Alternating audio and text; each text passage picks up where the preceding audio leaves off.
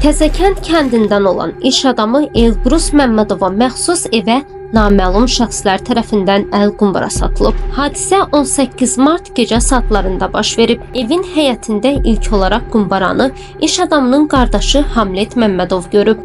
Möcüzə nəticəsində qumbara partlamayıb və faciə baş verməyib. Dəhşətli hücumun arxasında kriminal aləmi dayanır. Bir müddət əvvəl gizli nömrədən Elbrus Məmmədova zəng gələrək ondan 100.000 dollar tələb edilib, lakin o bu tələbi rədd edib.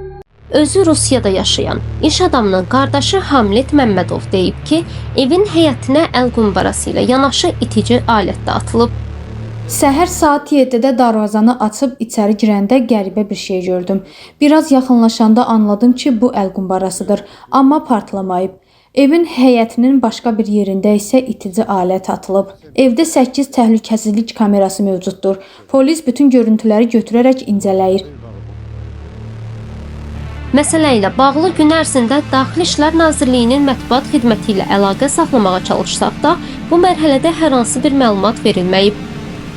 Xatırladaq ki, kriminal aləminin üzvləri tərəfindən Marniyüldə bir sıra iş adamlarının evinə əl qumbara satmaq, gülləbəran etmək, avtomobillərini yandırmaq kimi dəhşətli hadisələr ötən ilin payız aylarında da tez-tez baş verib.